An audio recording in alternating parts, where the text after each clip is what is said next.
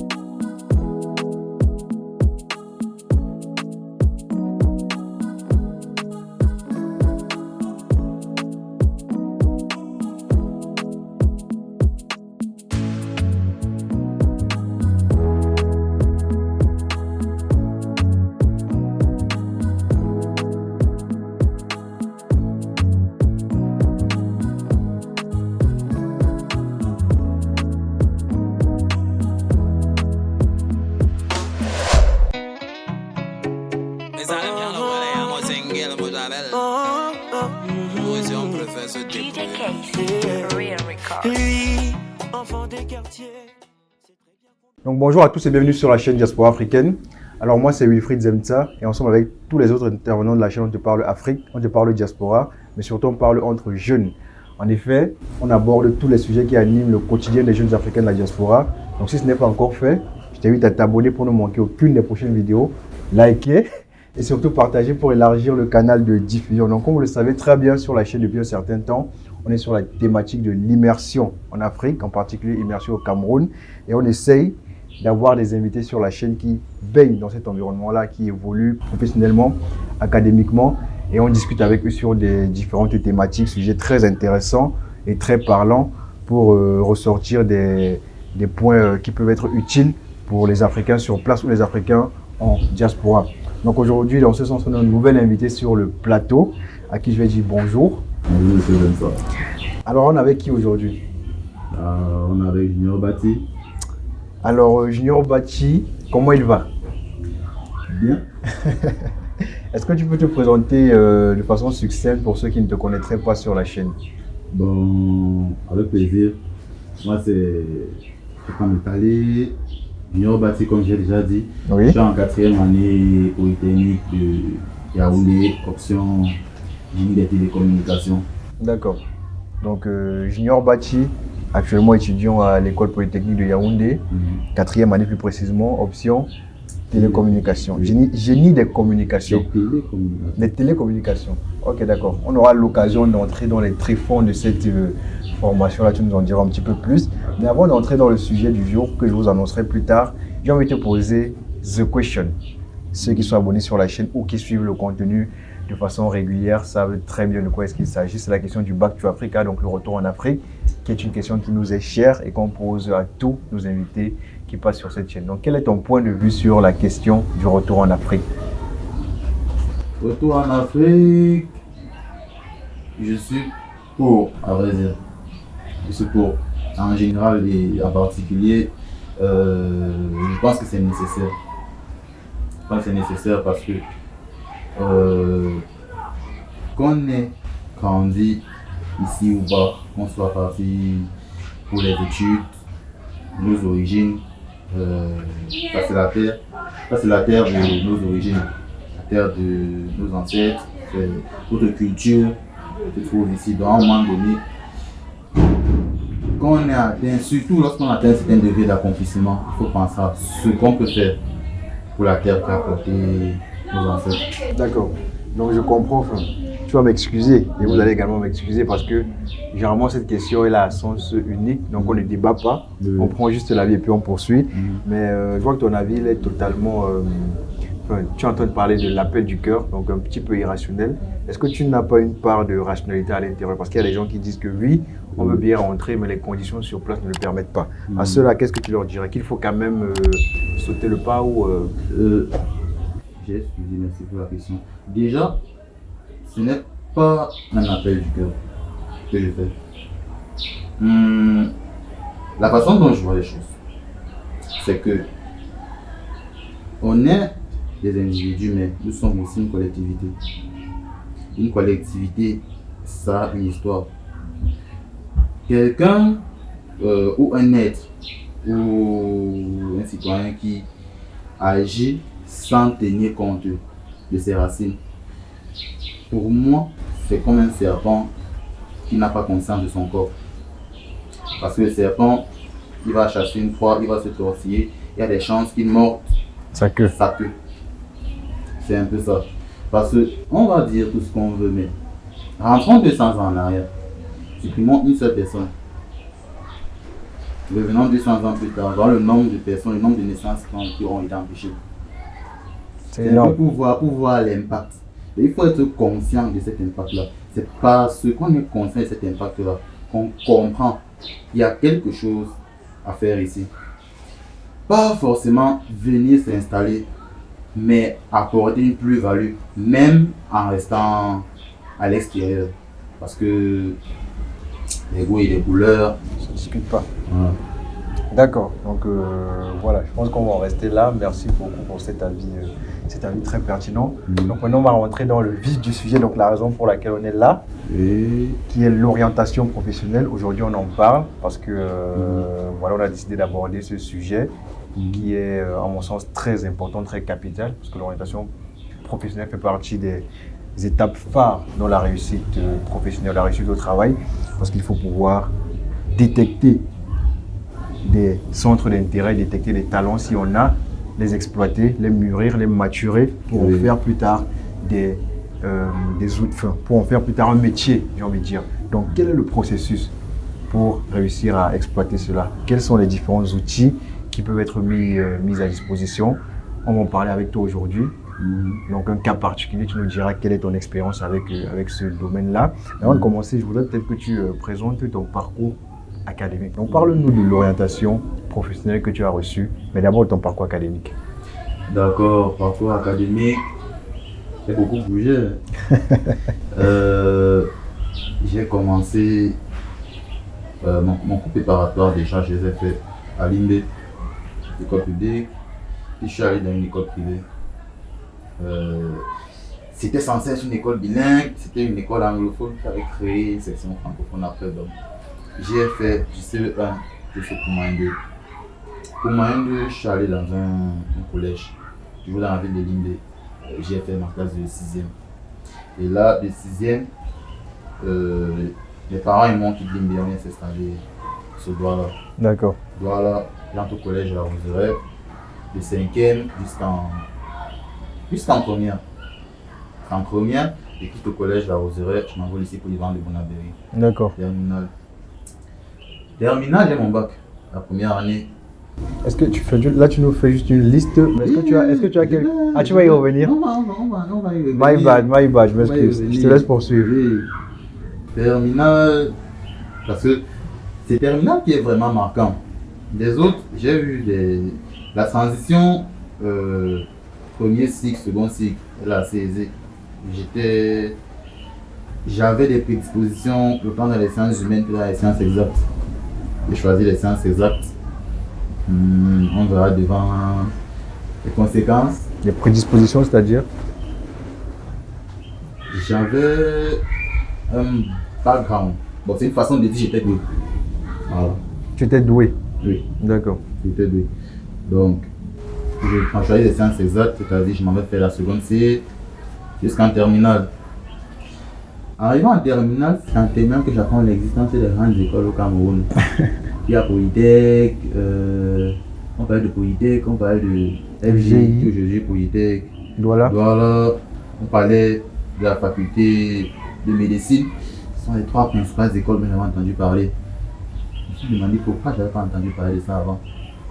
En terminale, on nous dit bon, vous allez avoir le bac. C'est le moment maintenant de savoir ce que vous allez faire après. Donc je pense que ça aurait été important dès la seconde déjà de commencer à être... De te préparer spirituellement à cette transition-là. À ce changement-là. Donc, la terminale, je fais le concours d'entrée à Polytechnique Yaoundé, j'échoue. Je fais le concours d'entrée à la faculté génie industrielle, j'échoue. Bien heureusement. Oui, parce que l'expérience... Bien heureusement ou malheureusement? Non, pas malheureusement. Il y a des réalités que j'aurais jamais compris si j'avais pas échoué. C'est la première fois de ma vie que j'échouais. Donc, j'arrive à l'université de Douala, faire sciences physiques. Donc tu échoues ces concours et tu te rabats vers les écoles publiques. Qu'on appelle le poulailler. Mais comment tu échoues pourtant tu étais doué? Comment tu fais pour échouer pourtant tu étais doué? Il y avait plus doué que moi. Et je parle de doué, mais ma classe de terminale n'a pas été la meilleure en termes de résultats scolaires. Changement d'environnement a beaucoup joué. Donc, j'ai échoué copieusement. Et ça allait au poulailler. Le premier jour, pour faire court, je suis obligé de prendre un format, de poser au sol, de m'asseoir. C'est qu'on fait l'université doit se reconnaître. Premier jour, je pose le format, je m'assois pour regarder un professeur de physique me parler de rappel mathématique et m'écrire les équations de Schrödinger au tableau. D'accord. Je me lève, je digère. Je me dis non, c'est comme ça, je vais persévérer et tout. Les jours suivants, je me chaque jour, et 2 semaines après, chaque jour, 5 heures. J'étais le premier arrivé à l'amphi, je suivais les cours. J'ai essayé de m'adapter. Donc j'ai essayé de m'adapter. La période qui a vraiment été transitoire, c'est la période des concours continus, des premières évaluations. Je compose. Je suis sûr que j'ai bien composé, je sais que j'ai bien composé. Les notes sortent au babillard, je vois 6. Ok. Ce jour-là, je me suis tourné en rentrant. J'ai croisé un camarade. Et puis j'ai dit au revoir. Il dit au revoir comment? C'est la dernière fois que moi je viens écrire ici. Je dis comment ça? C'est la dernière fois.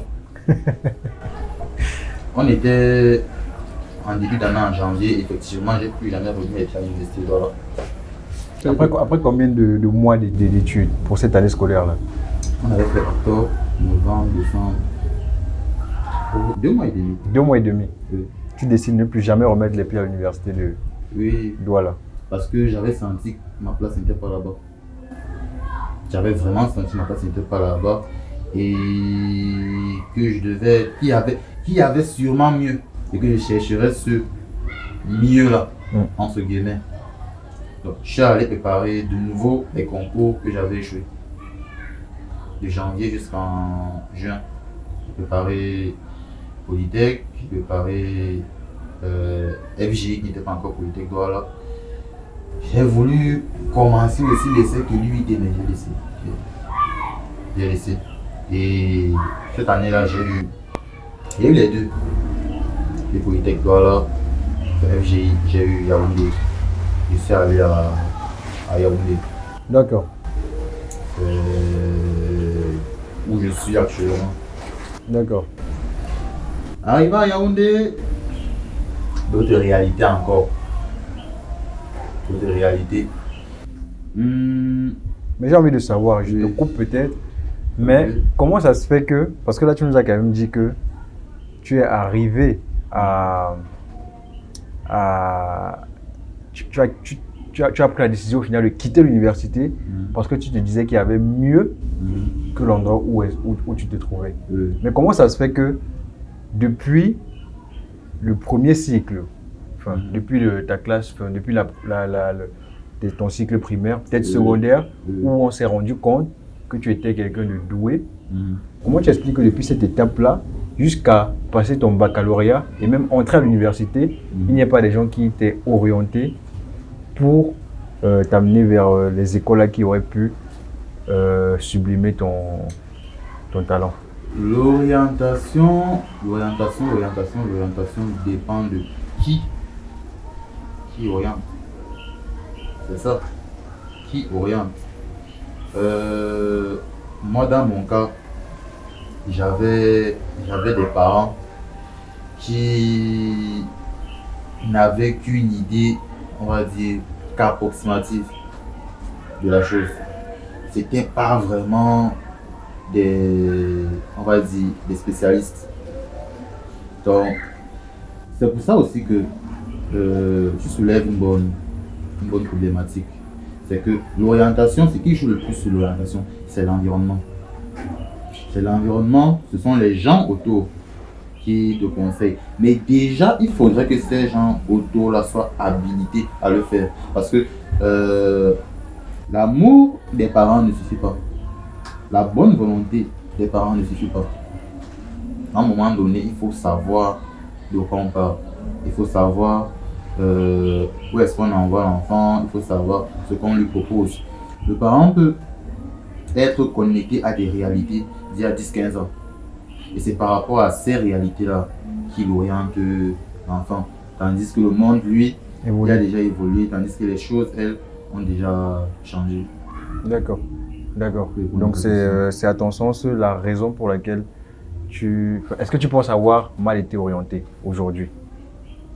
Honnêtement, oui. Honnêtement, oui. Honnêtement. Qu'est-ce que tu aurais fait différemment? Ce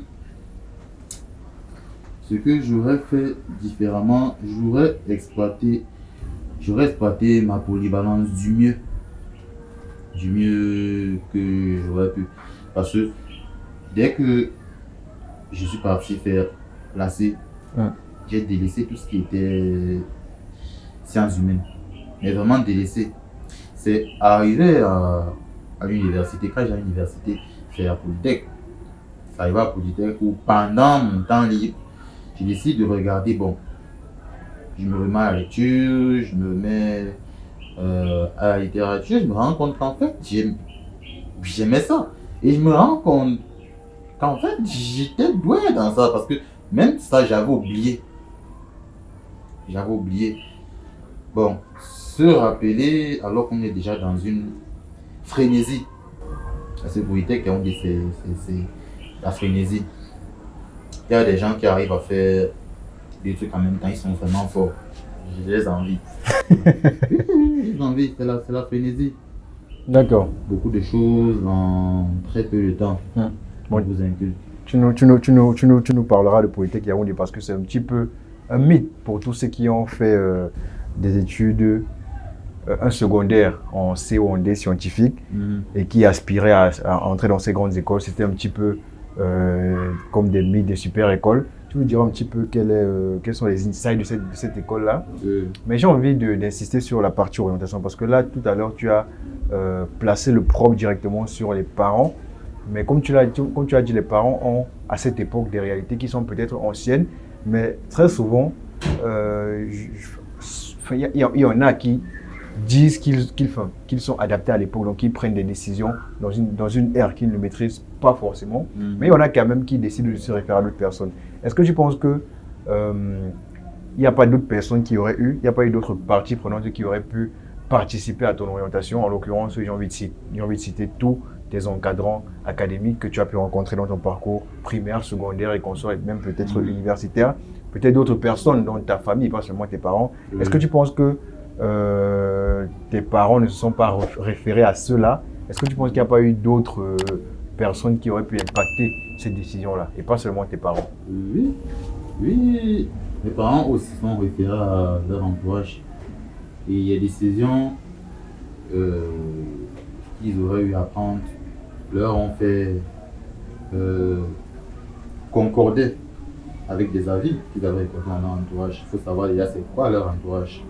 Voilà, donc je ne rejette pas complètement la faute sur eux, hein, parce que moi aussi j'ai une part de responsabilité.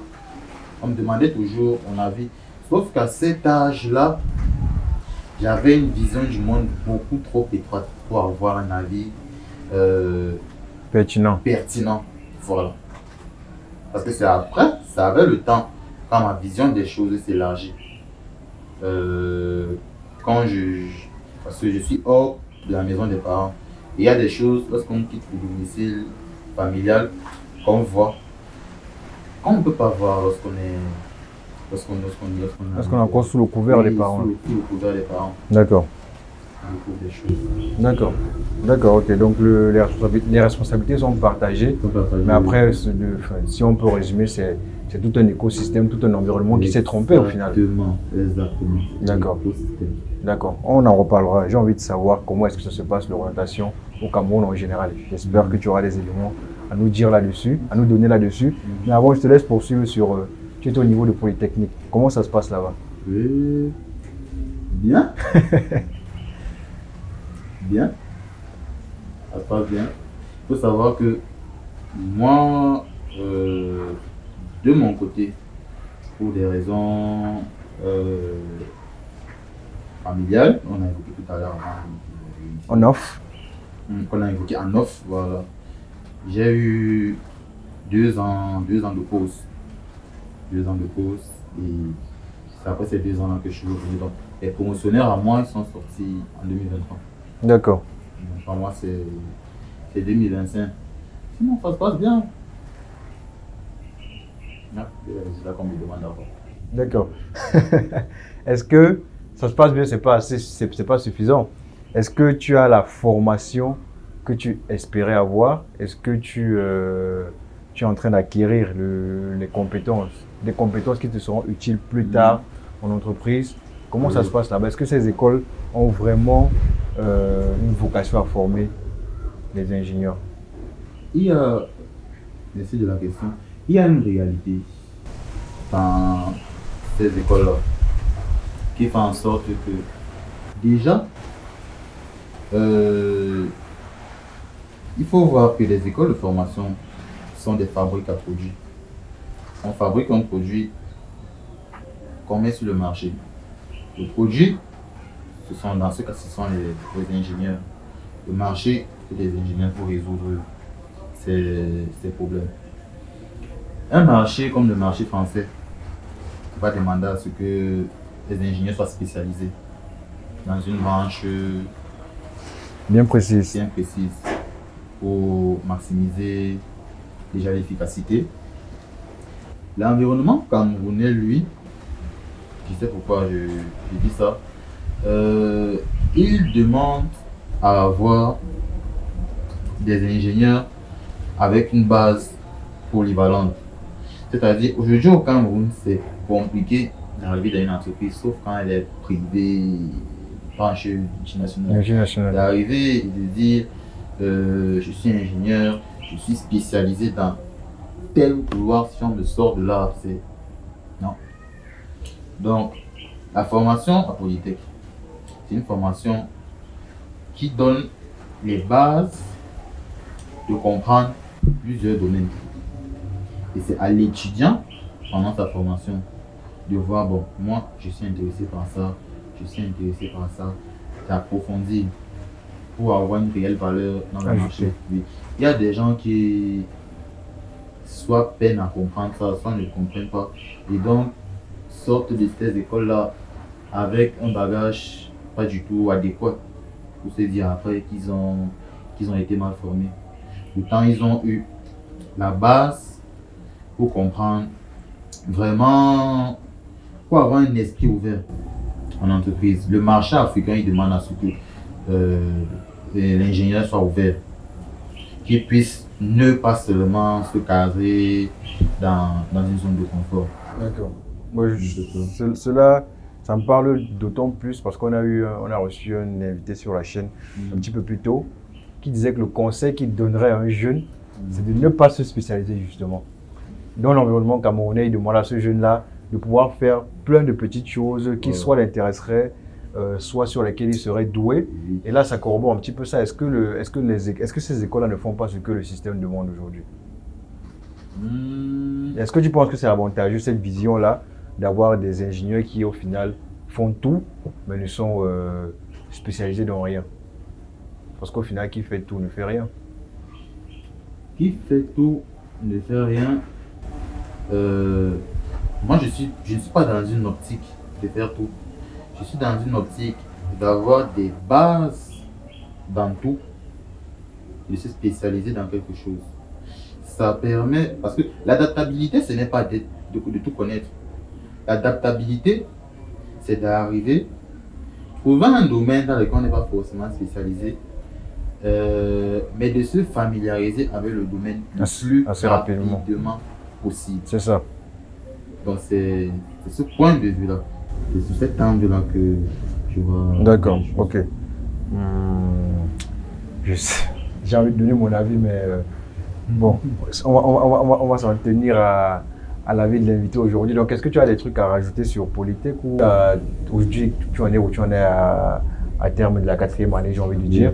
Comment est-ce que tu présages l'avenir et quelles sont tes aspirations à l'issue de ce parcours-là? À l'issue de ce parcours, moi je me vois plus dans l'entrepreneuriat. À Polytech, il y a où on forme les entrepreneurs? Non. C'est pas un petit peu antinomique? Non, depuis quelques années, depuis 2 ans, on a introduit un module entrepreneuriat. Un module entrepreneuriat, oui, pour pousser les jeunes à se chercher. On ne forme pas en tant que tel, mais on motive. Parce qu'à côté de l'école, il y a un incubateur d'entreprise.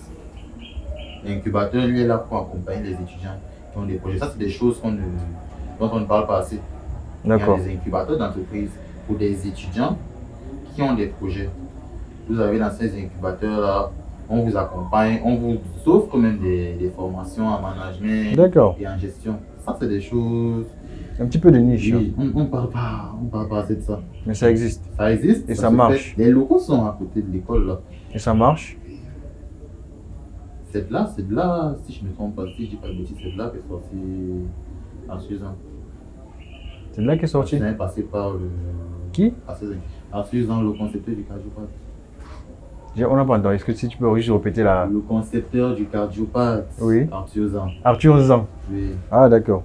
Donc Arthur Zan est passé par Polytech Yaoundé et il est passé par l'incubateur qui est une annexe de l'école Polytech. Oui. Ok, c'est très intéressant ça. Donc c'est vers l'entrepreneuriat que tu comptes te lancer plus tard. Oui. Entrepreneuriat dans quel domaine? Ou plutôt, je préfère qu'on en parle après dans une autre rubrique. Mais juste pour clore celle-ci, qu'est-ce que tu penses du coup du système camerounais en ce qui concerne l'orientation? Est-ce que c'est un système qui est bien goupillé ou c'est un système qui présente des manquements? Le système présente des manquements. Déjà, il faut commencer par là. Le système présente des manquements. Au Cameroun, on, la majorité des jeunes, surtout les environnements dans lesquels j'évolue, c'est je m'en vais à l'école, je finis l'école, j'ai mon travail, tant qu'on me paye bien, ça va, la vie est belle, c'est le paradis. Mais déjà, les jeunes s'en rendent compte, le marché de l'emploi est difficile.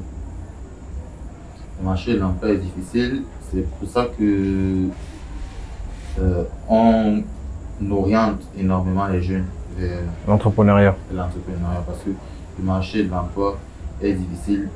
Et aussi, il y a une dépendance vis-à-vis de la volonté politique. C'est-à-dire quoi? La politique joue un rôle. Elle joue un rôle dans le façonnement de l'environnement dans lequel l'entrepreneur évolue à travers les réglementations. C'est-à-dire la politique peut faciliter l'environnement ou elle peut le rendre difficile, mais elle ne décide pas pour celui qui se donne les moyens. Elle ne décide pas de son sort. Et c'est malheureusement le prétexte que beaucoup d'entre nous prenons. D'accord. Donc elle donne une route générale, mais à chacun de choisir sa route, tu veux dire. Chacun de choisir sa route D'accord. au final. D'accord. D'accord. Donc tu penses que on peut être bien orienté dans l'environnement camerounais aujourd'hui. Ça dépend de soi. On peut être bien orienté dans l'environnement camerounais, mais s'il faut parler en termes de probabilité, actuellement c'est quand même plus évident d'être mal orienté. Pourquoi? Quels sont les éléments, quels sont les indicateurs qui te permettent de dire ça aujourd'hui? Parce que pas seulement au Cameroun, mais dans toute l'Afrique entière, c'est... On ne sait pas trop comment il faut faire. Il y a... Sans toi libre. Oui, on ne sait pas trop. C'est genre, on ne sait pas trop comment on peut faire. Les pauvres parents, ça ne va pas. Il y a grand-père et grand-mère au village aussi, ils sont déjà fatigués. Il y a ton cousin là, depuis qu'il avait avalé le gravier là, vraiment, il est couché, ça ne va pas. Donc, je ne sais pas, on est pressé par les circonstances. Qu'importe ce que tu fais, tant que ça donne l'argent, fais d'abord. Fais d'abord. Tu veux dire par là qu'il y a une pression qui pousse les gens à aller vers le premier choix, Oui, qui n'est pas forcément le choix le plus oui. pérenne. Aujourd'hui, la volonté, et je me dis aussi que ça cause de la pauvreté, hein. La volonté de survivre est la plus déterminante dans le choix que les Camerounais font aujourd'hui au moment de l'orientation scolaire. Il faut manger quelque chose. Il faut manger quelque chose. C'est bien d'aller faire ce qu'on veut faire, d'aller faire ce qu'on aime, mais dans l'environnement actuel, est-ce que ça paye? Surtout, ça c'est un point que j'ai failli oublier. On ne nous apprend pas ici à valoriser ce qu'on fait. C'est-à-dire quoi? Vous allez voir un jeune en France, il a fait géographie. Géographie. Il a fait géographie. Il est arrivé à l'université biologie. Il ne se balade pas de montagne en montagne. Il se dit, bon, toutes les connaissances que j'ai aujourd'hui, qu'est-ce que j'en fais? Il crée une chaîne YouTube. Il crée soit une série d'épisodes où il va à travers le monde, les climats et tout. Soit il peut créer une chaîne d'animation, là, un dessin animé qui a pour but de retranscrire tout ce qu'il a appris et tout. Ici, là, dès que tu as fait géographie, histoire, c'est fini. Tu es enseignant. Non, non, tu es enseignant. Soit tu es enseignant, soit tu es destiné. Soit l'un, soit l'autre. Et comment tu expliques ça? On ne nous apprend pas À valoriser à valoriser en dehors de ce que le système propose. En dehors du premier choix, il faut le dire, que le système propose. Et on nous apprend aussi à être créatif. Quand il y a du potentiel en termes de créativité ici, là, mais on ne nous apprend pas On ne apprend pas ça. D'accord. On nous apprend à se limiter aux options Les premières options. les premières options. Hum. Et quand les premières options échouent, on peut faire de la moto, vendre des habits. D'accord. Mais est-ce qu'au final, tu répondras par oui ou non?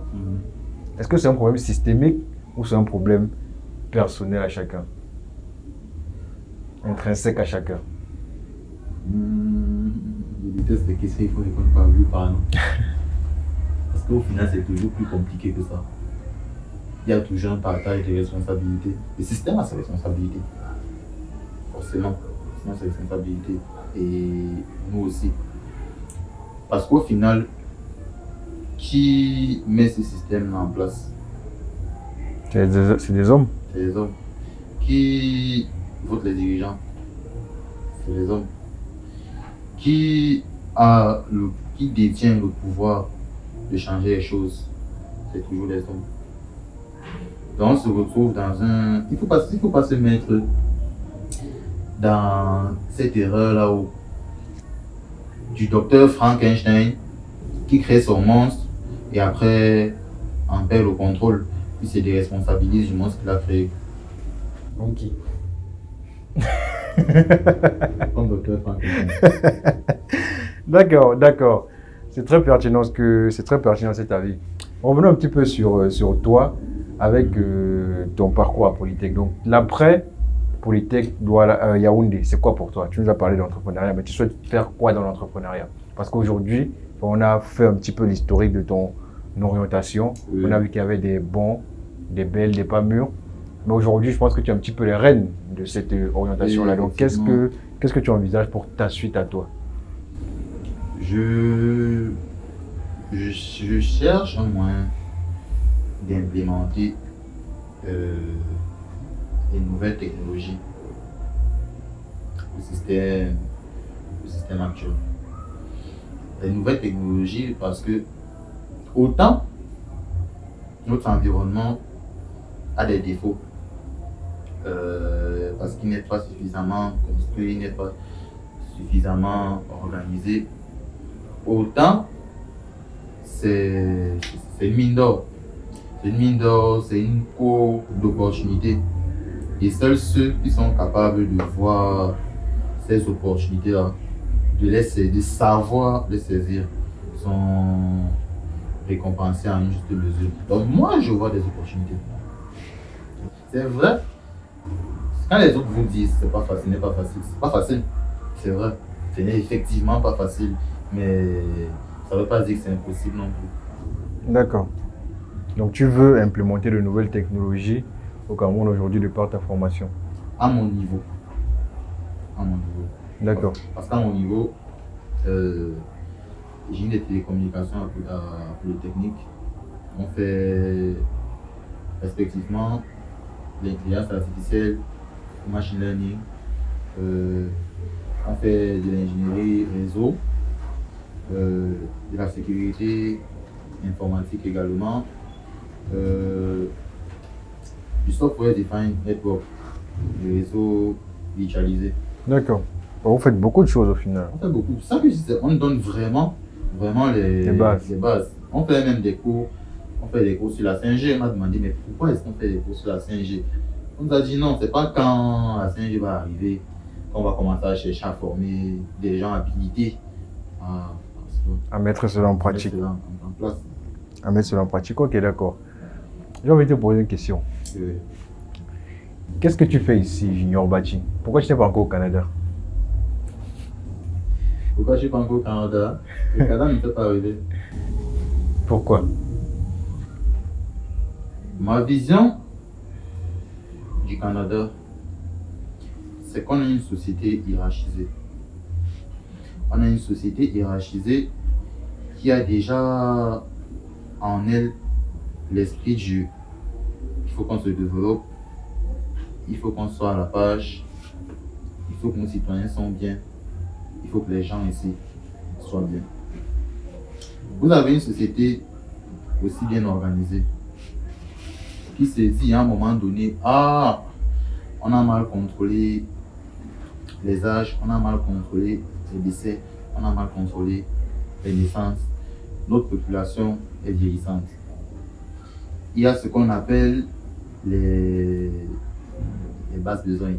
Quand je dis les bases besoins, ce sont des métiers de surface, des gens qui travaillent dans les chaînes de production, vraiment le bas des bas des bas des bas des bas des bas. On ne peut pas envoyer des vieux faire ce genre de travail. Ils n'ont pas assez de force, ils n'ont pas assez d'énergie. Comment est-ce qu'on fait? Ah, On a des il y a immigrés des quelque immigrés part. en Afrique, ils se plaignent qu'il y a beaucoup de chômage, Promiscuité. beaucoup de promiscuité. On sait déjà que ces gens-là, on les a vendus une culture de l'Occident.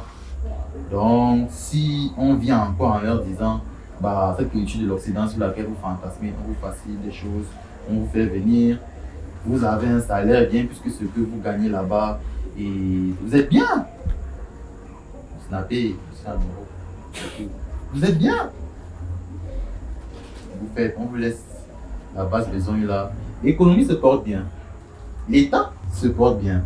Les oligarques, c'est-à-dire les plus riches du pays, ils se portent bien.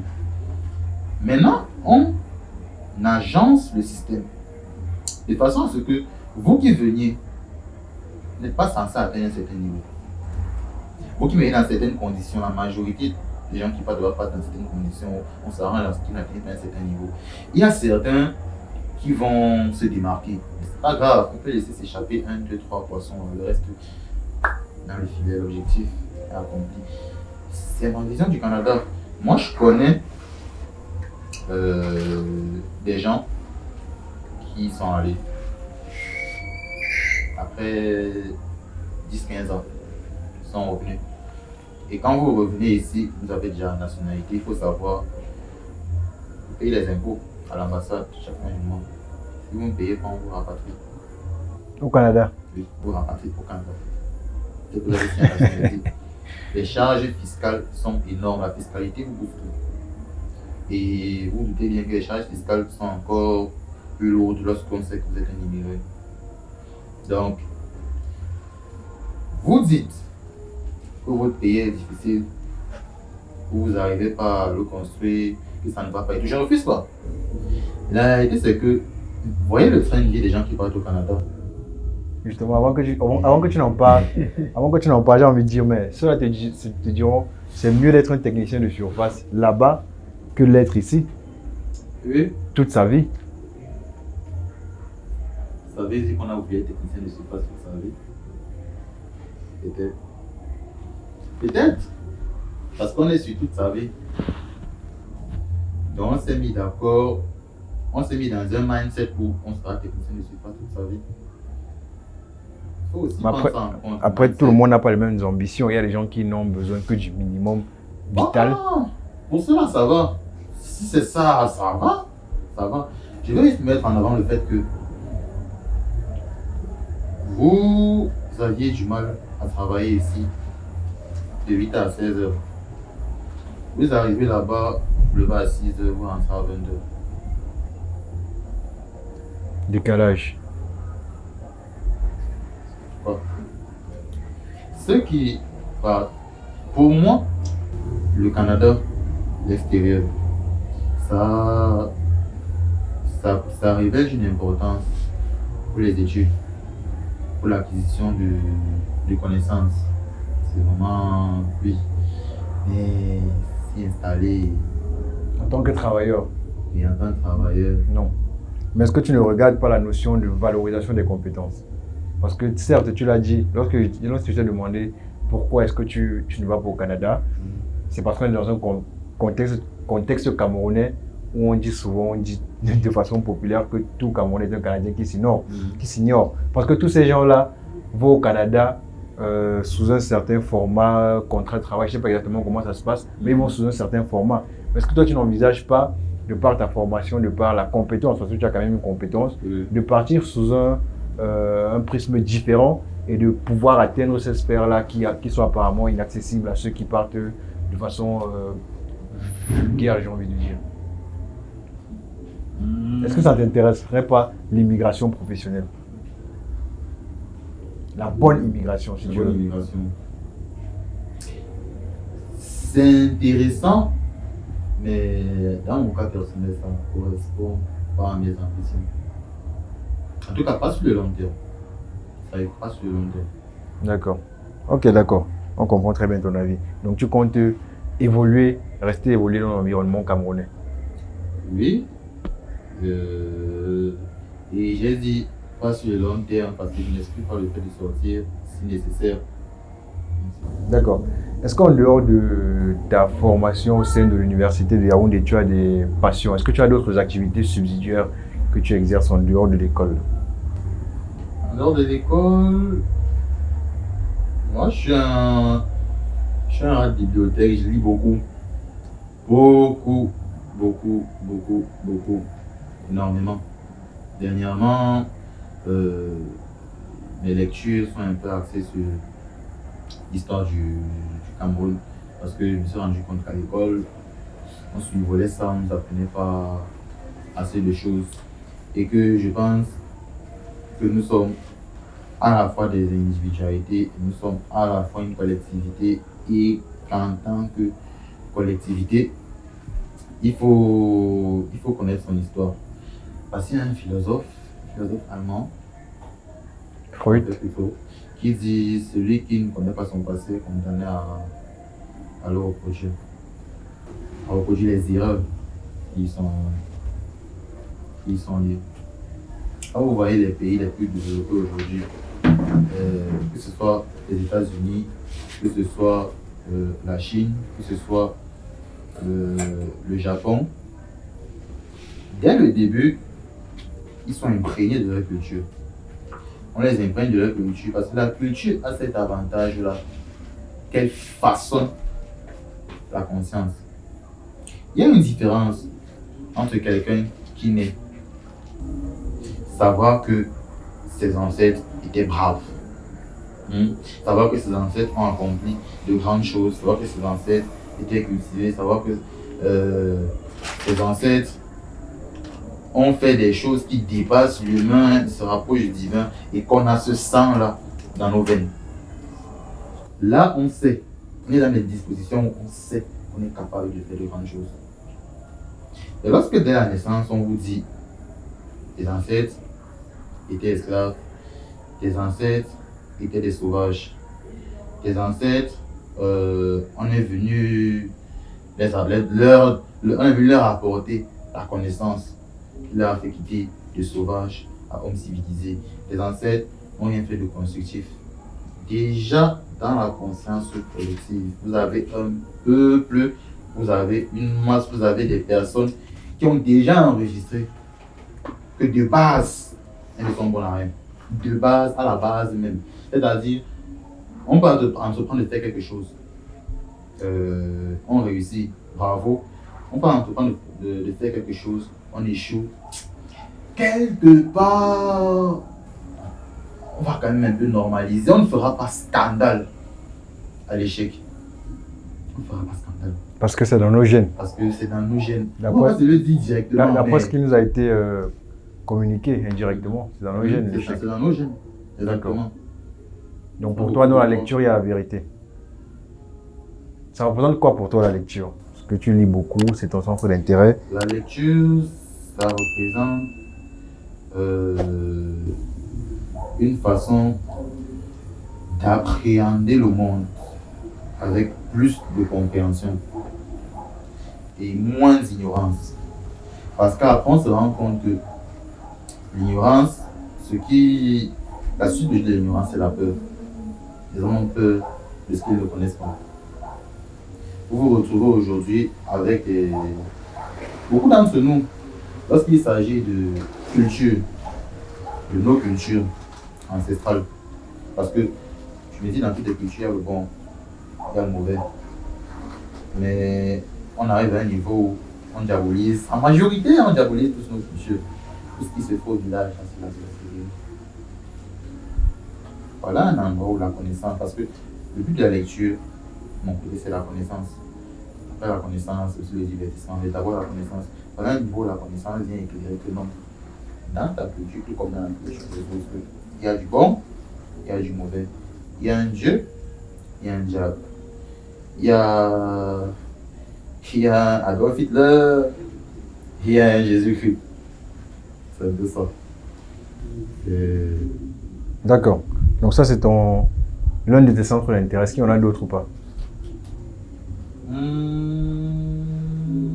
Non, C'est le principal. c'est le principal. Donc aujourd'hui, c'est ce que tu fais à côté de ta formation académique. Mais est-ce que tu lis juste pour la connaissance et le divertissement, comme tu l'as dit, ou tu as d'autres fins derrière cette pratique-là? Il y aura des fins, il y a des fins d'écriture aussi, tôt ou tard. Comme? Comme? Or, écriture romanesque, beaucoup plus. Écriture romanesque. Parce que lorsqu'on écrit, Donc tu lis et tu aspires à écrire plus tard. parce que lorsqu'on écrit, il y a des styles d'écriture. Vous avez des historiens, vous avez des écrivains engagés. Moi, être écrivain engagé, ça ne me correspond pas trop parce que être engagé, en quelque sorte, c'est dire aux gens, voici ce que vous devez faire. Je préfère prendre une œuvre, un roman.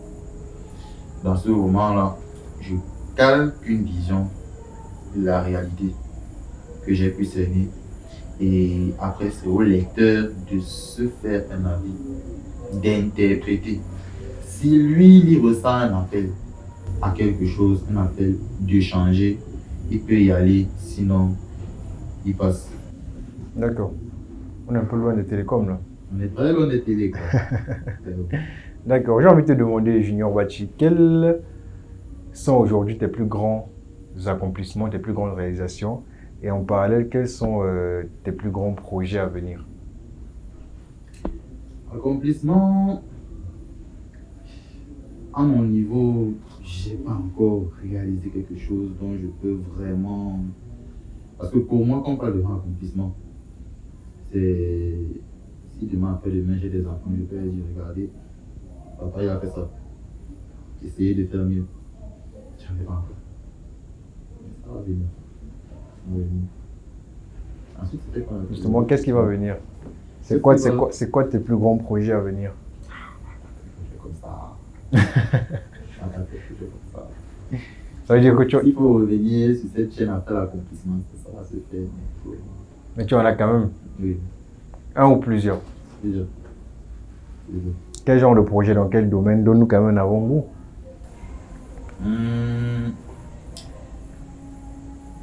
L'écriture, il y a l'écriture, il y a l'entrepreneuriat. Ce sont les deux principaux chez moi. J'en ai d'autres, mais ils sont encore assez flous. Donc, on verra. D'accord. Ils sont là.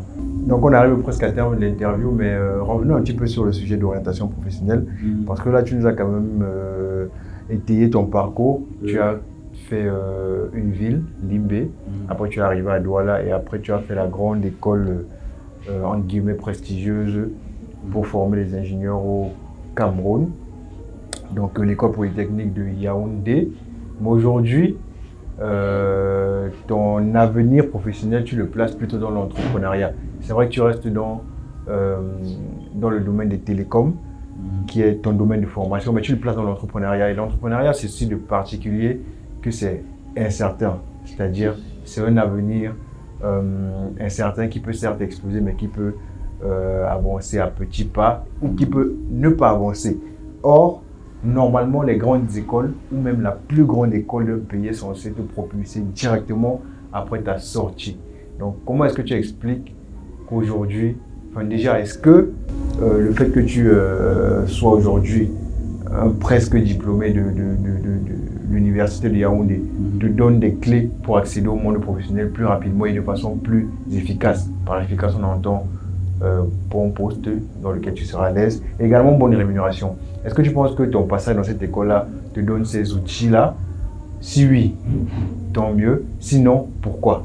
Qu'est-ce qui, à ton sens, enraye le mécanisme?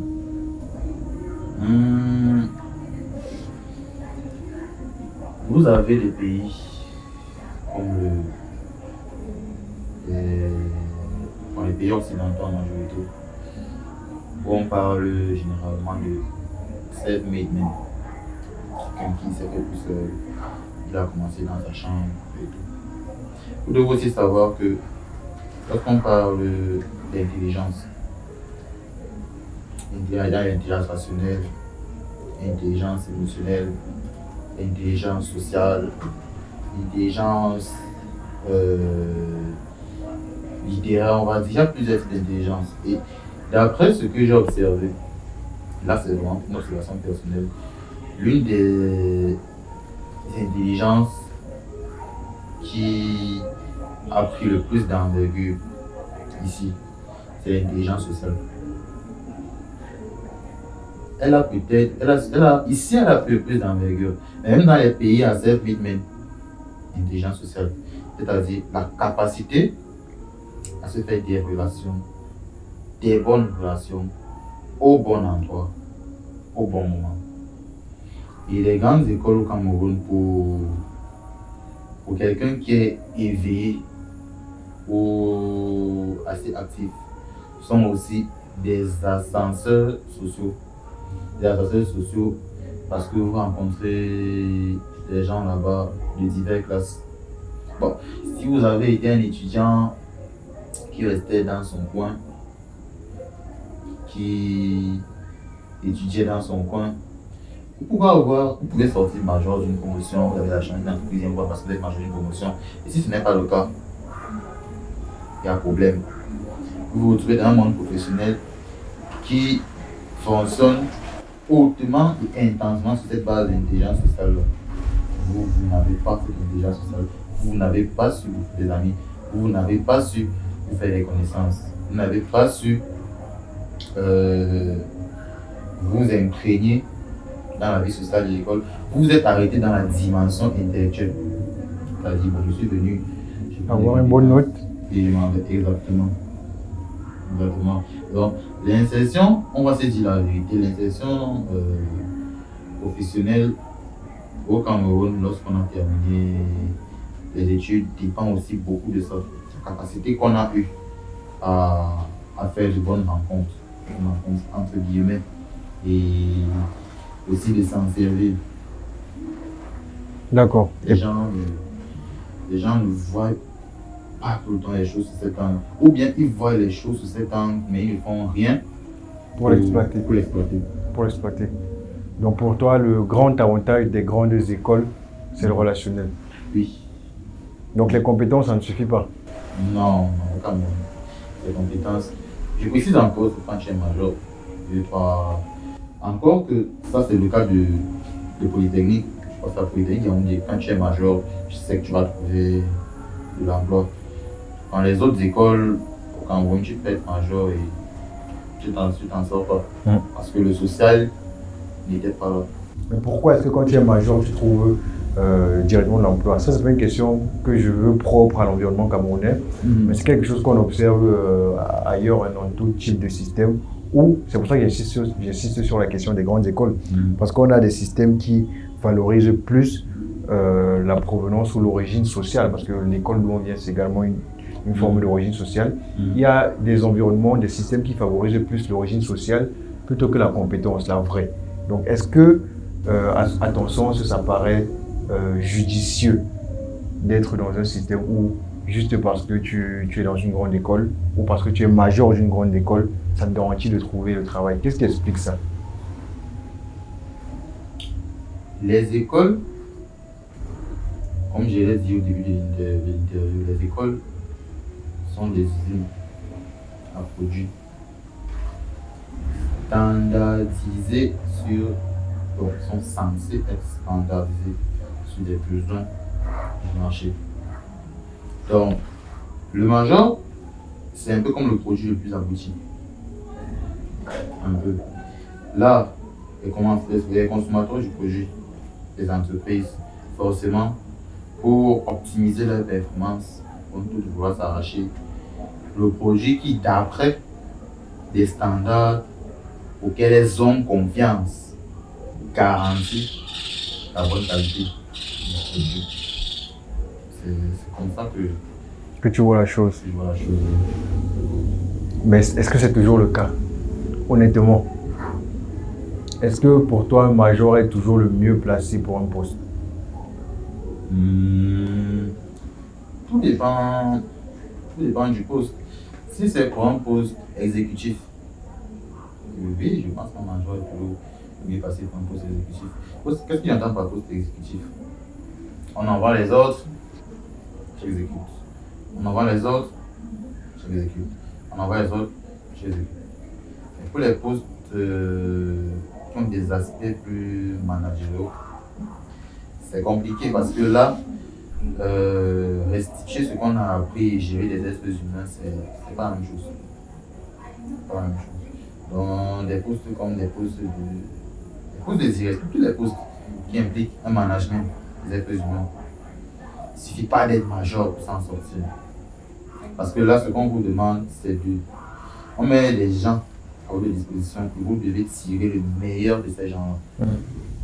Et là, c'est pas. Mais j'ai envie de dire, des gens qui accèdent à ce genre d'école où le niveau intellectuel est assez élevé, enfin, de pouvoir faire des applications techniques assez poussées, ça demande une certaine ouverture d'esprit aujourd'hui. Tu nous l'as dit tout à l'heure, à côté de la partie technique de ta formation, tu fais de la lecture. Je pense que ça va de pair. Donc, lorsque tu es dans un certain niveau qui demande une certaine sollicitation intellectuelle, tu développes ton esprit, tu as une capacité d'adaptabilité plus large, et ça te garantit peut-être de pouvoir prendre des postes qui s'éloignent peut-être de la partie technique.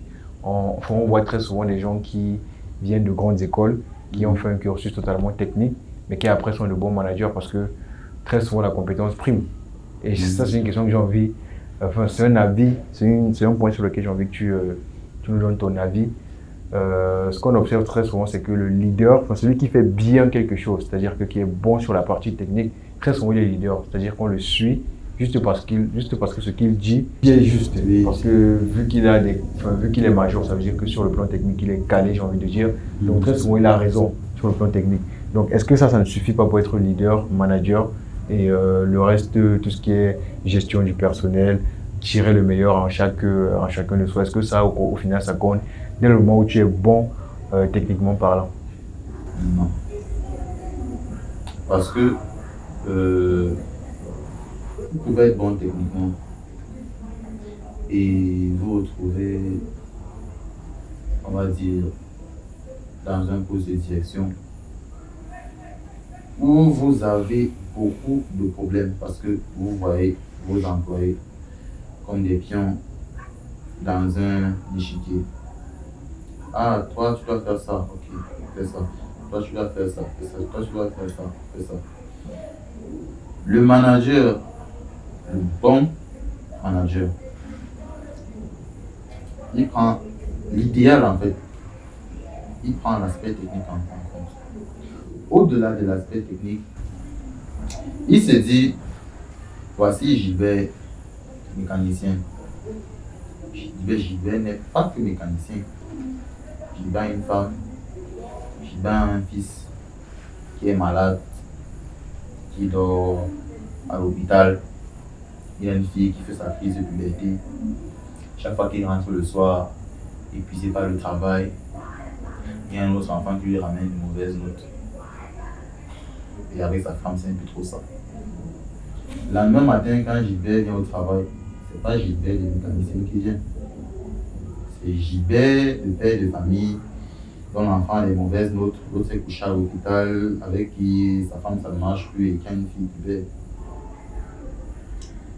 Vous pensez que ce Gilbert-là, si vous venez un matin, bonjour Gilbert, comment ça va? La famille, ça va. Je ne demande pas de créer une familiarité, la hiérarchie va rester. La famille, ça va. Gilbert passe toute une journée, personne ne lui demande comment va sa famille, comment ça va à la maison. Tout le monde demande seulement qu'il fasse son travail. Or, derrière, il a ces pressions-là qui pèsent sur lui. Être un bon leader, on ne peut pas être un bon leader sans avoir l'œil pour ces choses-là. Sans voir qu'aujourd'hui, mon employé est de bonne humeur, et ça va bien. Aujourd'hui, il est de moins bonne humeur, il y a un truc qui ne va pas. Il faut avoir cette sensibilité-là. D'accord. C'est très pertinent et c'est un avis que je partage. Mais toi, vu que tu veux t'orienter dans l'entrepreneuriat plus tard, tu as fait une formation purement technique. Qu'est-ce qui te garantit que demain tu seras un bon leader? Parce qu'un entrepreneur, c'est par nature un leader. Je travaille à côté, c'est ça. Je ne peux pas que parler, je travaille en dehors de ce que je fais à l'école. J'essaye de faire un travail sur moi par rapport à ça. Donc, je ne vais pas juste parler comme ça et ne pas moi me chercher à ressembler à. Fais ce que je dis, à- mais pas ce que je fais. à- Non. On comprend que tu travailles sur toi. Tu travailles sur quoi précisément sur toi? Si on peut savoir. ma sensibilité, ma capacité à me mettre à la place des autres, sans oublier où est la mienne, se trouve la mienne, parce que à trop vouloir, parfois, Se mettre dans la peau des autres. on oublie complètement la scène, on oublie qui on est, on oublie où on doit rester. Mais il faut trouver le juste milieu. C'est pas toujours évident. C'est un travail. Est-ce que c'est pas une entreprise qui est très compliquée, voire trop compliquée? Trop? Je ne sais pas, je ne pense pas. Mais très oui. Très oui. C'est pour ça que tout le monde n'est pas fait pour accéder à certaines choses. C'est un travail, il faut accepter de faire ce travail-là. D'accord. Parce qu'il faut le dire, le management des humains, ça fait partie des postes d'activité les plus importants lorsqu'on gère une entreprise. Oui. D'accord. Et on comprend que tu t'y attelles, donc tu te prépares pour ton destin de demain. Et quelque part aussi, il faut avouer, la finalité, c'est de booster la performance de l'entreprise. C'est ça la finalité. Oui. Donc, en gros, tu ne t'inquiètes pas vraiment pour Gilbert, mais tu veux Non. juste que Gilbert... Je suis dans le juste milieu. Je m'inquiète pour Gilbert, mais je m'inquiète aussi pour moi. Il y a deux façons de faire. J'ai deux moyens de m'inquiéter pour moi. Je peux m'inquiéter pour moi sans tenir compte de l'autre. Je mets des ultimatums à Gilbert et je travaille mal, je te dis. Et l'autre option, celle que j'hésite là, où je pense à moi, mais de façon à ce que l'autre puisse en profiter. Soit à l'aise également. L'autre soit à l'aise également. D'accord. Donc, un écosystème où chacun trouve son bonheur. Exactement. Junior Bati, quelle est la place de l'argent dans ta vie? J'aime l'argent. J'aime l'argent. Je vais pas faire ça même. Rentre dans les détails. Tu aimes l'argent, ça veut dire quoi? L'argent, c'est pas une chaussure, c'est pas du chocolat. Tu aimes l'argent, ça signifie quoi, j'aime l'argent? J'aime l'argent, ça signifie que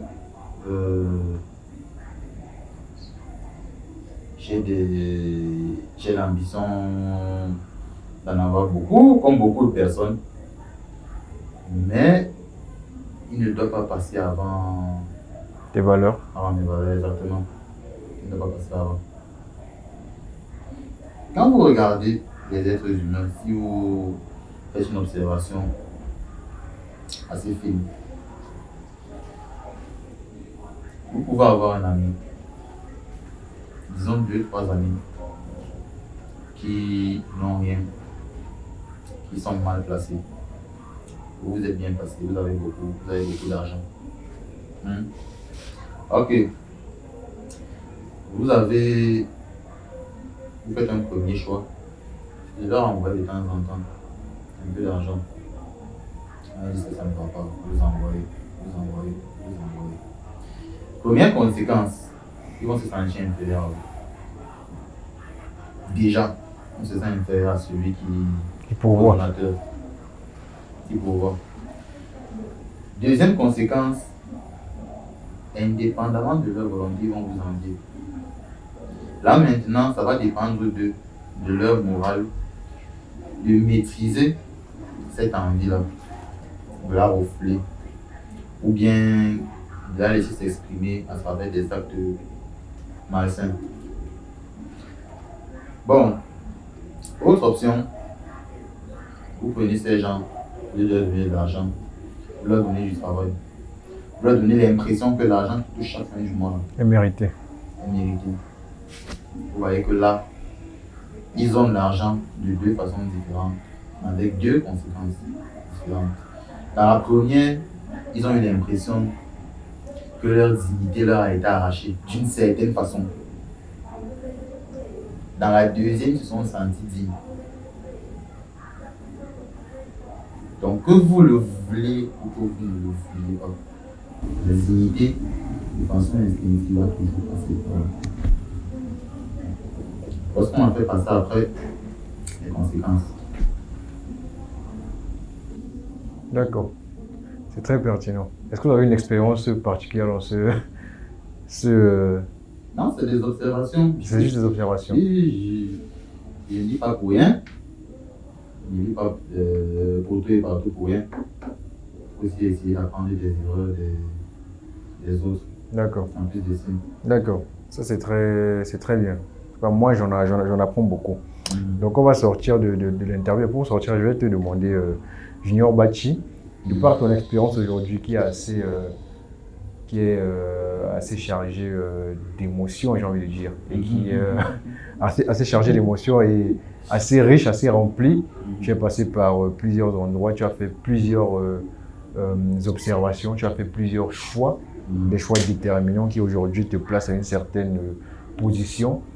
De par tout ce vécu-là, quel est le conseil que tu pourrais donner à un jeune sur le plan de l'orientation professionnelle aujourd'hui?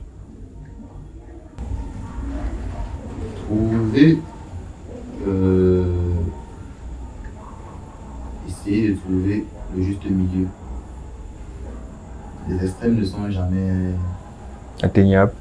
Non, profitables. Il faut toujours le juste milieu. Quoi qu'on essaie de faire, dès que ça part, ça touche aux extrêmes, ça se pervertit. Il faut toujours trouver le juste milieu. D'accord. Donc, chers jeunes, toujours trouver le juste milieu dans tout ce que vous faites parce que les extrêmes ne sont pas profitables et ils pervertissent. D'accord. Donc, dans tout ce que vous faites, dans votre quotidien, si vous êtes confronté à des choix, essayez à chaque fois de trouver le bon compromis. Le bon compromis toujours. Donc, est-ce qu'il y a un mot pour la fin, Junior Bachi? Merci. Merci pour l'invitation. Merci surtout à toi d'avoir accepté de nous allouer un petit peu de ton temps et de nous partager ton expérience qui à mon sens est très riche. J'espère également que ça sera le cas pour tous les spectateurs de la chaîne. J'espère qu'ils pourront s'abreuver de tout ce contenu. Et d'ici là, on se dit à bientôt. Et bonne soirée. Salut. Bonne soirée.